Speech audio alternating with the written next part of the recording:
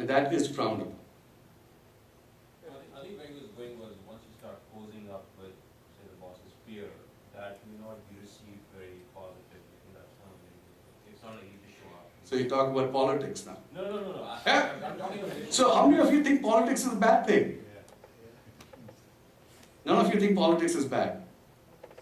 Great. Only 2 people think politics is bad. I think if, I heard this from somebody, if you do it well, it's called relationship building. If you do it badly, it's called politics. And so you're totally right. If you're seen as cozying up, you're not doing relationship building, you're doing politicking and you're trying to do something that is not natural. But if you do it in your natural environment, if you're in a meeting and everyone gets there 5 minutes, 10 minutes early, go up to somebody, shake hands. Okay, back to my one earlier. You guys shook hands, right? When you introduce yourself around the table. How many shook hands like an Indian versus an American? How many shook hands like an Indian? No idea. What is India? You don't even know what I'm talking about. Shake my hand. Now shake my hand. Which is it? Second one's American. If you're in America, you're in a large corporation, you are dealing with white men who are alpha males. My coach said, if you want to get along here, you better change your car. We're used to this. We're used to limp handshakes. But in a large American corporation full of Caucasians, you better learn how to shake hands firmly without getting your hands squeezed. I had a director who was like 6'4" and big guy, so he was my guy. I said, you have to practice. So every time he saw me, he put his hand out and that was my practice.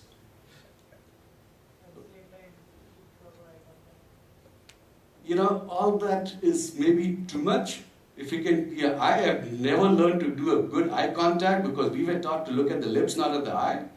And that has never been a problem. But look, smile, open your face, be inviting. Okay, let's keep moving here. I'm going to skip this one, but I'll just talk about this very briefly. What separates...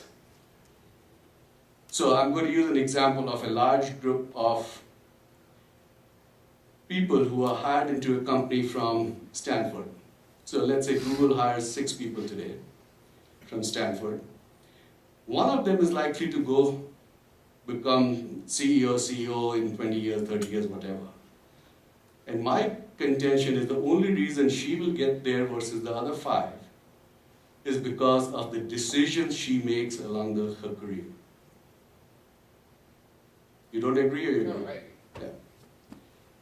So part of what your challenge is in a large corporation is how to make the right decision at the right time.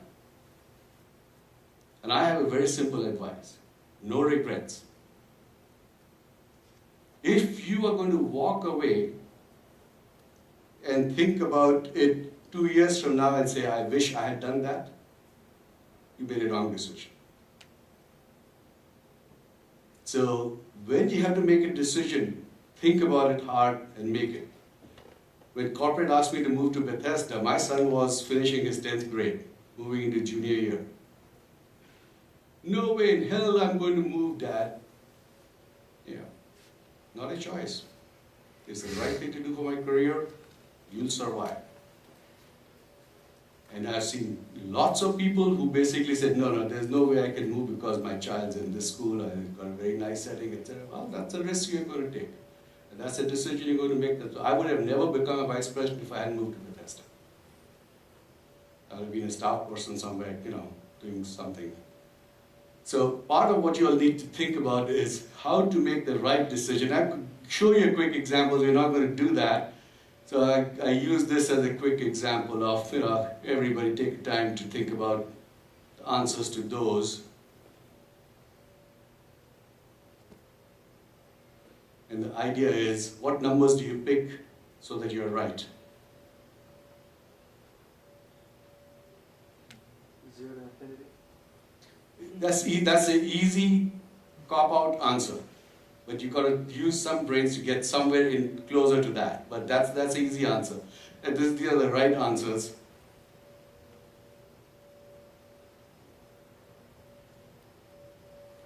most of us wouldn't have known these. Like these are, I mean, I picked these out of random, data stuff that most of us would not know the answer, but that's the kind of stuff you need. Okay, Asians are not risk takers, right? How many of you agree with that?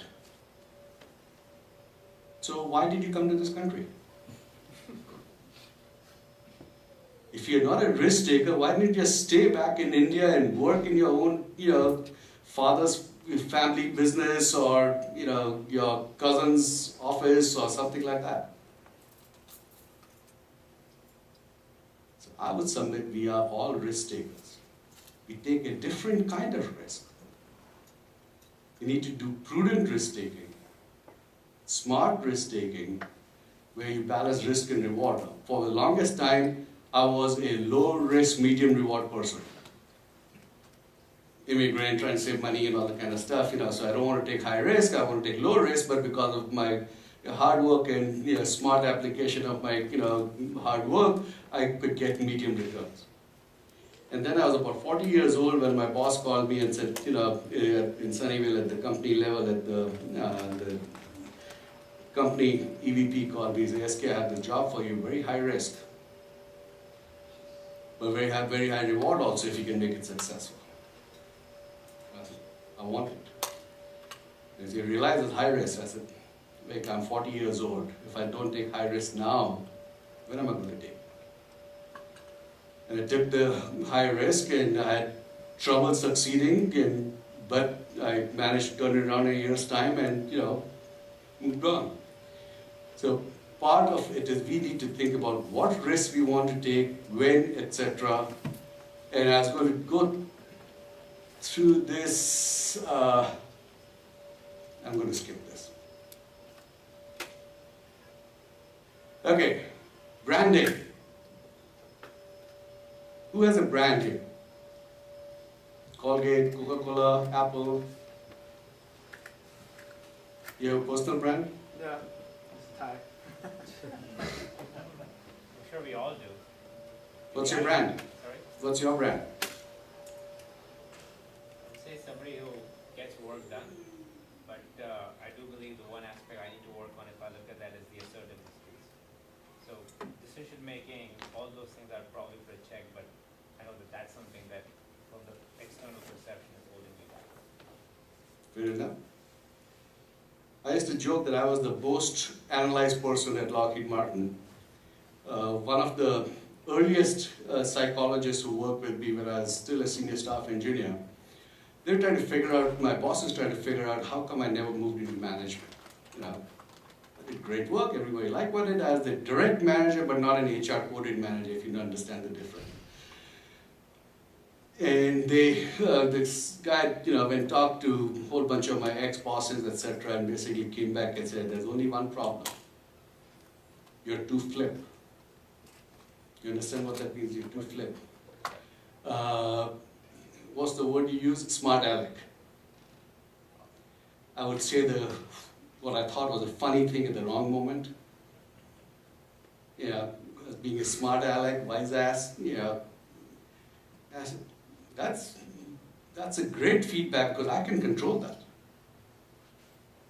And I did, and I was one of the rare people at Lockheed who never became a manager, went straight from being a senior staff engineer to a director.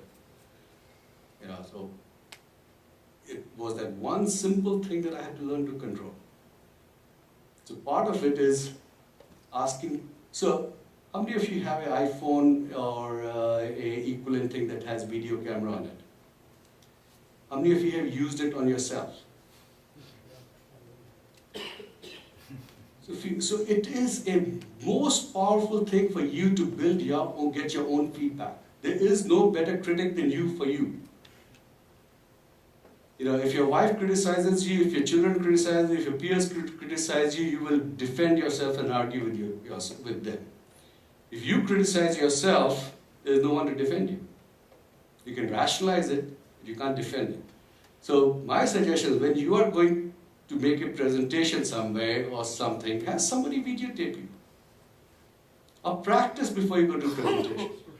So when I was a director, I said, it's time for me to go become a vice president. My boss had said he didn't want me. He had just inherited my one boss had left, the other one had taken over, and he didn't want me to go anywhere because I had all the corporate knowledge in my head.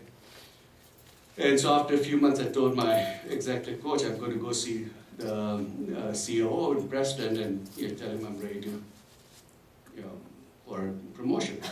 She said, great, what are you going to tell him? I said, I'm going to tell him I'm ready for a promotion. And what do you think he's going to tell you? Long story short, I hadn't thought this through. So she made me practice on video my first 3 minutes with the CEO and president. Did it for 4 hours over a 10-day period. I mean, different times, she had the video camera and basically, and then she had me criticize myself. About a conversation, not about a presentation. You're in the CEO's, president's office, and he said, come on in, SK, now what? What is it you're going to say?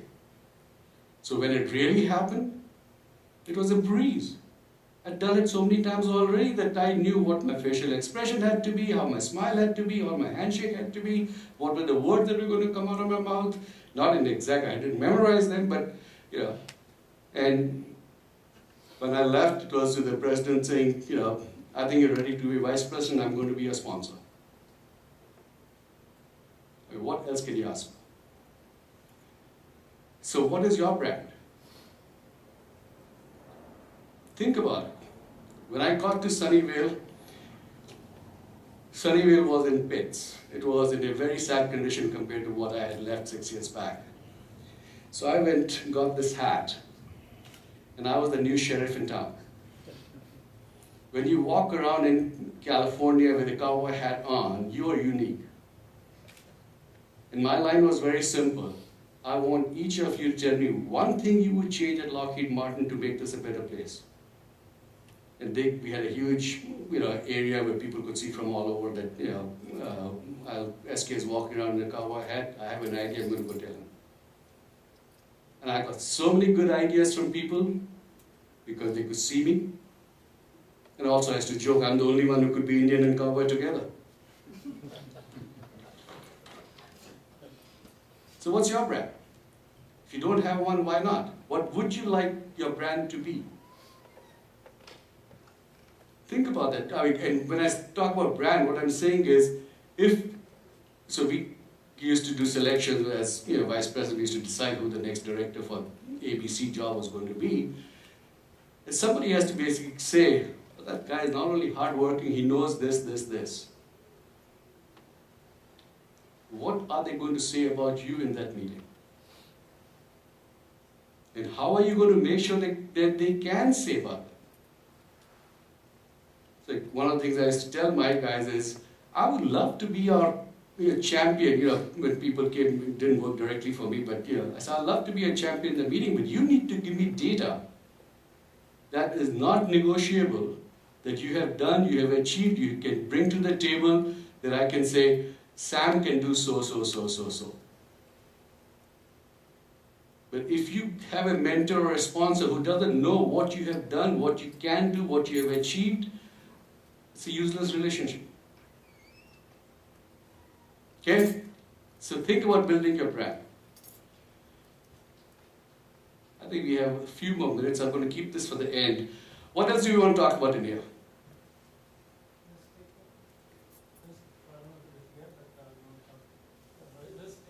Risk taking.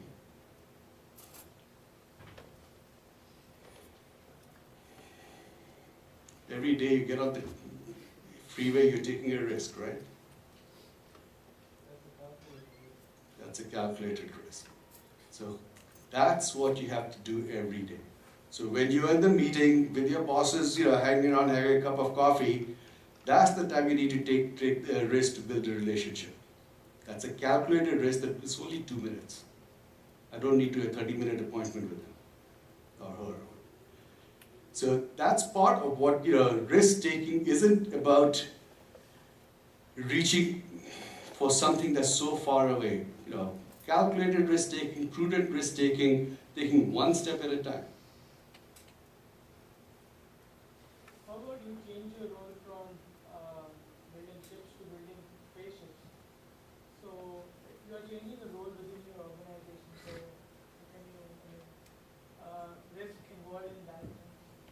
So what's the first thing I did? Went and bought a book on spacecraft, because that's what we built. And I'm a quick learner. My reason for success is I use two words: learning agility. I was able to learn in a new job very quickly what the job was all about and be able to have a conversation about a spacecraft, its parts, who builds them, etc., etc. Why do we need something that goes at 5.8 kilometers per second versus 6.3 kilometers per second? That kind of conversation I could have. I was never going to be a spacecraft designer. If somebody wanted me to go, help build one or organize a manufacturing plant for that, not a problem. But part of it is learning how to do it. I never built a ship till I got to Seattle and started building ships. I never built a missile till I came here. I had never built a spacecraft till I came back here. Till I actually got to and did rockets also in Denver. So part of it is what's the best resource. So when I became the vice president of operations, my boss didn't know me very well. He was the executive vice president of the corporation. So after a month, I got on his calendar and basically said, Al, here are the things that I'm planning to do. And I had a PowerPoint chart pack, about 14, 15 pages, and he went through them like this. And he turns it over and he said, SK, I have a dozen people who give me status. I don't need another person giving me status. I was a staff guy at that time. He says, you are costing me $1 million a year. He wasn't paying me $1 million, but that was the cost of everything that's. He said, if I don't get 10x return from you, I don't need you. What the hell do I do now? So I go find the controller. I said, how do I generate money? Now he's looking for $10 million, and I'm not in sales, so I've got to do it from the expense side. So he gave me some ideas. I got on the plane, went to corporate headquarters, went to the controller there and sat down and they said, oh, we have been waiting for someone to come talk to us about this. And they gave me a whole bunch of ideas of what to do and what space system needed to do to reduce their cost. And 2 months later, I pitched to the EVP, this is all the things I was going to do. He said, love it, I want you to pitch it to all the profit and P&L vice presidents. And I didn't know what to do. But there were enough people out there that I went to ask, and they said, happy to help you, we know what to do, we just need someone to be a mouthpiece and drive this. Within the first year, we saved $3 billion in space systems. You talk to the fact that, the right aspiration to set, because once you come from a different country, you make it to represent that we feel that we have done really, really well relative to where we started, and we become contented. We don't set the goal, and we don't even think of ourselves as becoming maybe a CFO or a CEO or something like that. So how much of that is culture and how much of that is one person?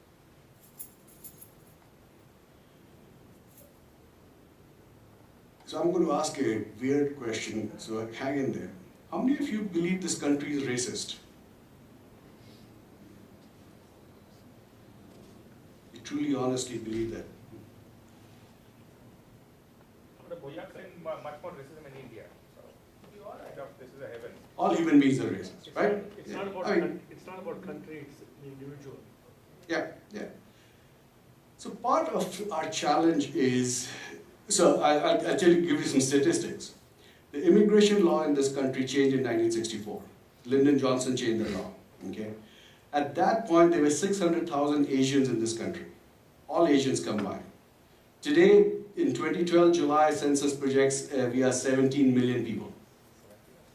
So out of those 600,000 that were there, most of them on the coast.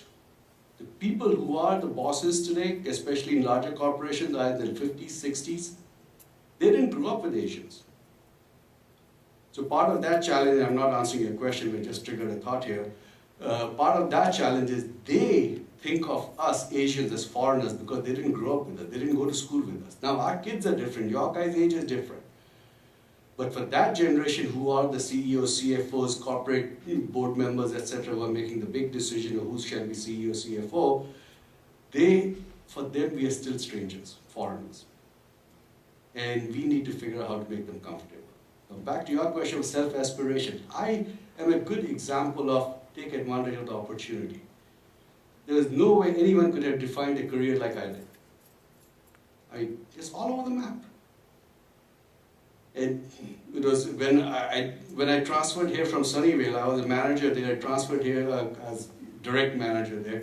I transferred here, basically became a design specialist and worked my way up to staff engineer, senior staff engineer. I had no aspirations of becoming in management in a totally new industry. But when I was in a job for 6 months, a year, I'm comfortable with this, I can do that person's job. And for every promotion that I got, there were at least 10 that I was told I was not the right person. That didn't stop me from knocking on the door, putting in the application and saying, why not me? And it's only when I got to a level I said, what's my next job? So aspiration is all personal comfort. It's part of it is work-life balance. I had a in-house consulting team in Bethesda, and every one of them wanted to be vice president. So I had a couple of coaches come and talk to them about the life of a vice president. The sacrifices you have to make at a large corporation to be a vice president. You do not have your own time. I used to spend about 110 nights on average on the road. My evenings were called, 2 or 3 evenings every week were booked in some non-profit that I was on board of, or some charitable organization I was representing the company or two, etc., etc. My son, when he was 13 years old, his favorite song became Cats in the Cradle. I don't know if some of you know that song. It's about a son who wants to be just like his dad, and dad doesn't have time for him, and then he grows up and then he doesn't have time for the dad. And I basically said, not happening, and changed my lifestyle, changed my thing to basically spend more time at home. But my kids used to say for years, Dad, you were never there for a soccer game, you were never there for our baseball game, etc. And when our daughter was getting married, 7 years now, both my kids were yanking my chain, and I said, look, both of you went to very expensive schools, and both of you graduated with no loans. So would you rather that I attended your soccer games and you had loans, or rather that I worked hard and you graduated with no loans? That was the last time they ever brought it up. But that's part of the sacrifices you've got to make. You cannot have, there is no such thing as perfect work-life balance. And you've got to define your own aspirations. What makes it comfortable for you? Not what somebody says you should be, etc. So what is it that you feel inside, I'm comfortable with this? Other question? There's a bullet about confrontation. It's not about handling confrontation or conflict. So I have a theory. That we Asians are more comfortable doing fight or flight. I don't know about you all, your families, but so let me ask you, how many of you have seen your parents, your cousins, masis, whatever, having an argument with each other, and either they are fighting or they're walking away? Right? Most of us have grown up with that. That is what I believe is our challenge. I was at a training class in Bethesda. I'd gone from here, and there were these two guys from New Jersey, both vice presidents. They were going at each other all day long. I mean, yanking each other's chain all day long. And I'm sitting there, I'm getting uncomfortable. In the evening, we're having a social hour, they're best of buddies. That's the stuff that we do not have the role models for as growing up. We are not good at confrontation. And we don't need to make it confrontation. We need to be able to sit with somebody and face the person and have a dialogue. Confrontation can easily become a fight or flight. But I want you all to think about how to face the confrontation. There is no shortage of ass H's in this country. especially large corporations, were alpha males. A year after I retired, my boss and I had my ex-boss that we were having lunch, and she said, how about you come back and do some consulting? Why not? I said, I don't want to have anything to do with Mr. A, Mr. B, and Mr. C. And she started laughing. She said, yep, I can see that. Because those were all three were kind of people that I had no desire to see the rest of my life. And any amount of money is not worth it.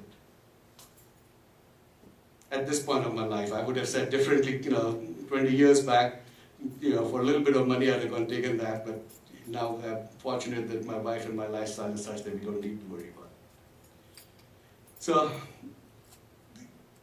you will have, especially if you work with alpha males, there will be confrontation. The question is how do you deal with it? And this best two tricks I will tell you is listen and smile. It confuses the hell out of them.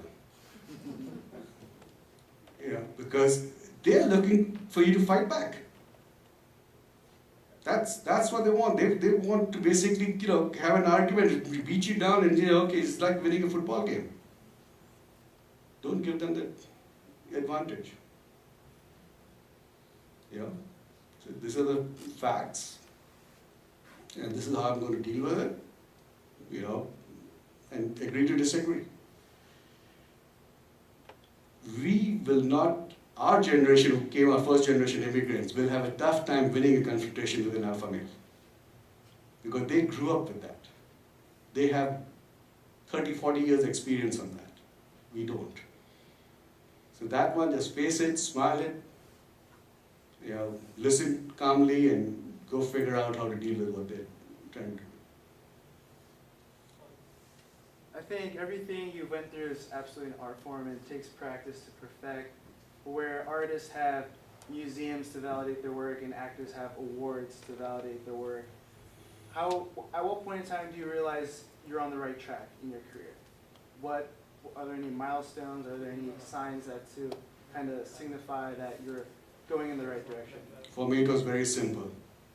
Going home, did I make a difference today or not? As simple as that. And if I felt I made a difference, I was happy. That's an example of an insightful question. Yeah, very, very insightful. Good example. Yeah, very insightful. And you work for Thai. My brand. And there is, so I'll give you a personal example. We were in Seattle and I was making, I'm guessing about $45,000 a year. And I was doing the projections, 3 to 4% pay increase every year. And I'm telling my wife, I said, honey, by the time we retire, I'll be making $100,000 a year. And she said, no way. That's what my aspiration was at that point. If I was, by the time I retired, I could make $100,000. I was 33 or 34 that time. Actually, I was 36. Yeah, I would have been happy with that. But as you move on, as you grow older, your aspirations change, your milestones keep moving. So I wouldn't say, there was a guy I worked with, he supposedly, when he joined Lockheed, someone asked him, what do you want to be when you grow up? He said, I'm going to be an executive. He knew that the day he joined, he had just come out of college. I wasn't like that. If some of you are like that, great, but I think that's rare than the common rule. You talk about the executive coach or career coach. Can you talk about the role of career coach in your? Yeah, so there are 3 types of people that over the last 10 years have become more different than when we were growing up. We were growing up, it was more of a mentor was the only thing that we knew. And now over the years, now we try to define 3 different things: mentor, sponsor, and coach. And the difference between them is a mentor is somebody who sees it. This is my recommendation and definition. Mentor is somebody who sees you at work, who is not in a direct chain of command, and can give you advice and feedback on what you can do different to project yourself, to improve your image, etc., etc. Sponsor is somebody who is going to help make a career decision for you at the next level. And she knows some of the things that you have done. She doesn't know everything that you have done, but she knows some of the good things you have done and can speak up for you when they're looking for a candidate for the next post. A coach is somebody you can have anything, any dialogue with the person. And the coach will basically, so I had this executive coach I was telling you about, so I was sitting with her one time, and she said, you want to be vice president so bad, you'll become vice president of nothing. You're willing to become vice president of nothing. I was offended. But I bit my tongue, I listened to her, I smiled at her, I said, the vice president of nothing, in my definition, is the vice president of diversity and inclusion. But if you gave me his job, in 3 months that job would be vice president of something. And she smiled and said, you're damn right. And that was the last thing, But that's the kind of conversation you can have with. The coach can be internal or external. I've had both. Fortunately, I've never had to pay for it. The company paid for them. But a coach is somebody who can, they have a lot of tools. They're usually psychologists. They will evaluate your skill set, and they'll tell you what skill sets you need to work on and what you need to. So, like one of my coaches has written a book. Your biggest strength can be your biggest enemy, or something like that. Your major strength can be your biggest weakness, and you don't realize that. That somebody says, this is your strength, but it's become a weakness now at this point in your career. So that's the difference between the three things. Does that make sense to you all? So one of the things I want you all to do is think about getting more mentors. You may not be able to get coaches, sponsors. It's hard to go seek out sponsors, basically seek you out versus you seeking out sponsors. But mentors you can seek out. Okay, so it's time to stand up. You guys have been sitting for too long, so let's stand up.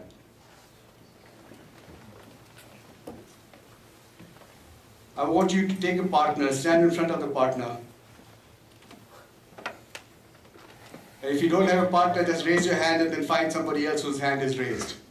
So find a partner, raise your hand. Everybody, okay, everyone's got a partner? Now I want you to observe the partner. Look at the partner, and there's mixed company, so women are always ladies, men will be gentlemen. So observe your partner for 30 seconds.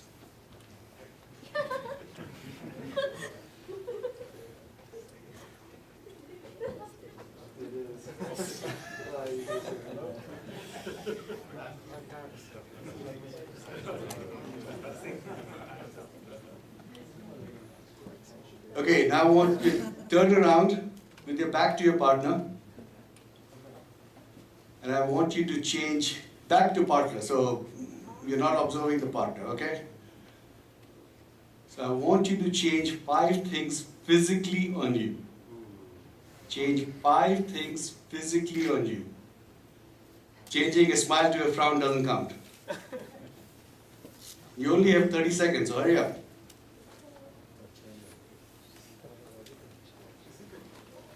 Physically, and you're back to your partners.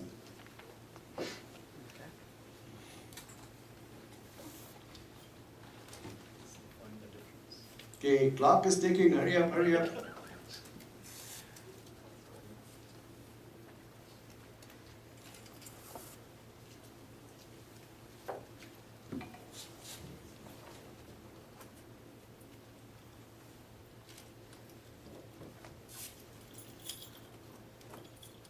Okay, I see most people are ready to move on. Next step. So now I want you to turn around and identify the 5 things your partner changed.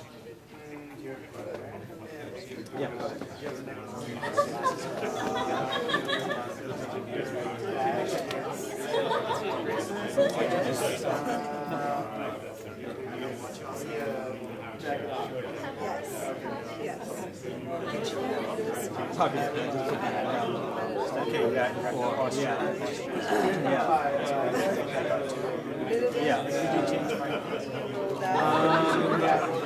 I just changed my meeting.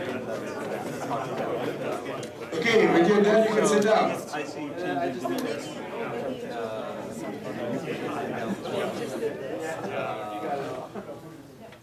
Okay, if you're not done, you can help the partner and sit down.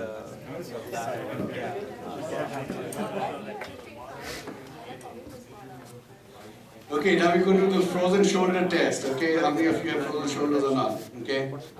So how many of you had tough time thinking of 5 things to change? Okay, so look around the room. A lot of you had tough time thinking of 5 things to change. Why didn't you look around the room and look at others and what they were doing? Remember, if you copy from one person, it's plagiarism. If you copy from 5, it's research.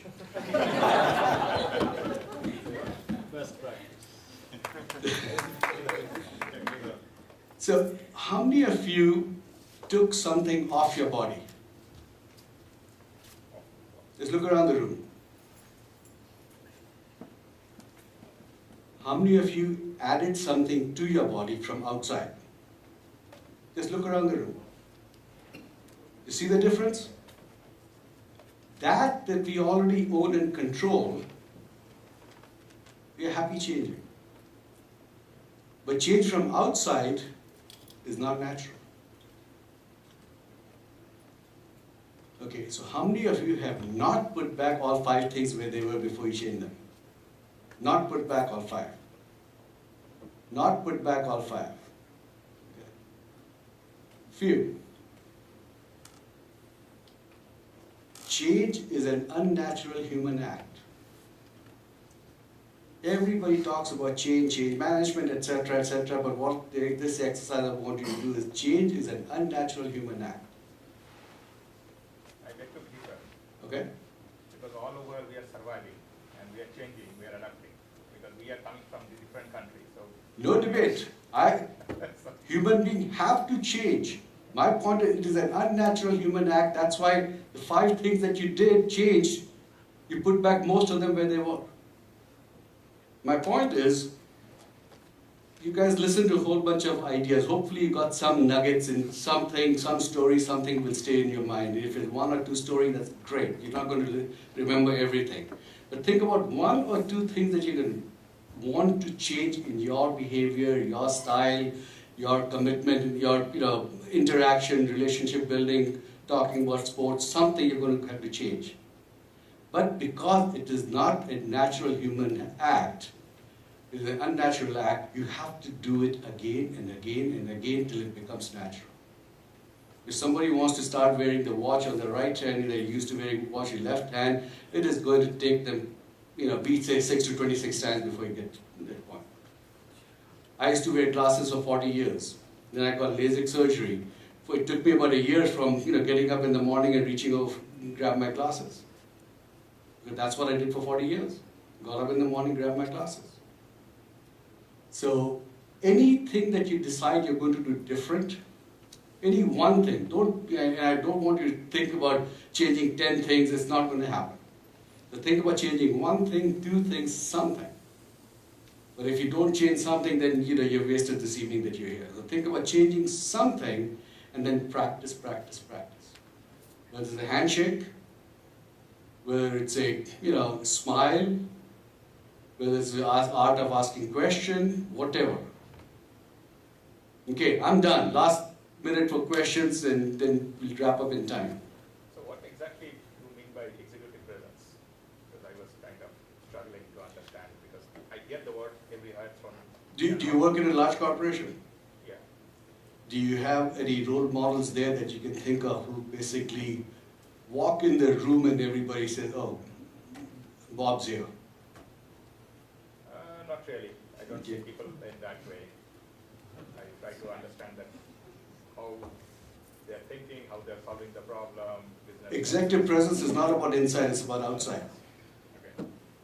Executive presence is how you project your image. It's about, dressing up like your boss's boss or dressing up like, like the golfer said. He said, my desire when I go on the court to play golf is to dress better than my caddy. Now, is that going to make him executive presence? No. But those are the small things that make a difference in executive presence. If you're going to show up with scuffed up shoes, you're not projecting a good image. So how many of you dressed up on your interview day in a tie and suit, and except for the ladies, you dressed up in different suits, but and went to work for the interview? How many of you went for an interview all dressed up? How many of you still do that dressing up every day at work? Why don't the rest of you do it? Every day is a job interview for the rest of your life. Actually, So, yeah, in Bay Area, it is just the you're not opposite. supposed to. So basically you have to, Yeah, you don't have to wear a suit and tie, but you still don't have to be scuffy. So there's this lady at work, and I worked with her for some time, and then she went off, and I met her after some time, and we were chatting. I said, "I'm glad you removed the stud from your tongue." And she said, "SK, I can kill you." So why? She said, "Why didn't you tell me that when I worked with you?" She said, "It took me 2 years to discover that was distracting to people I was talking with." So that's part of, she was a manager at that time, so that's part of what you have to be conscious about, looking for feedback. What is it that I can do different? The best person to give you feedback are people who are watching you, observing your mentors especially. You had a question? I guess I'm probably judging very quickly here, but since we don't have time, I just wanted to ask you. It looks like some of we are in tech industry, hardcore, we're all mostly engineers. Our environment seems to be very different from my limited understanding of the company, that corporate environment that you are describing for yourself. In our case, we can't dress well, and like he said, if I go cozy up with my boss's boss or his peers, it's not looked upon nicely. And we don't also grow that much, so there's no chance of growing easily in the organization. I totally agree with you. That you apply for this. Remember, this whole thing was how to grow your career in a large corporation. Right. So this is totally large corporation career paths, and what you have to do is totally different than in small companies and environmental. I work for a very large company, so. actually current, last 6-7 years, the whole situation, at least here, I guess, has changed or was different, because I come from a corporation where you worked. So I can relate to both sides, and it took me 2 years to understand that how US might have changed in this 5, 7, 6 years after recession. So, yeah, I want to add that stuff was definitely relevant. So one of the things that I found really helpful was that, like you said, imitate people who are successful. That is Wait. I don't want to use the word imitate. Well, yeah. I want to use the role models.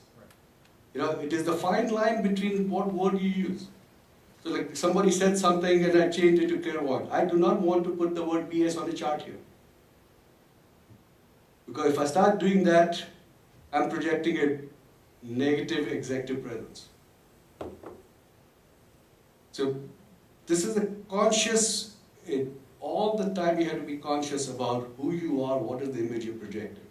So when I say you got to be dressed up for an interview, you don't need to be dressed up for an interview in a tie and suit, etc., on every day, but you have to be dressed up like the job that you want in your company.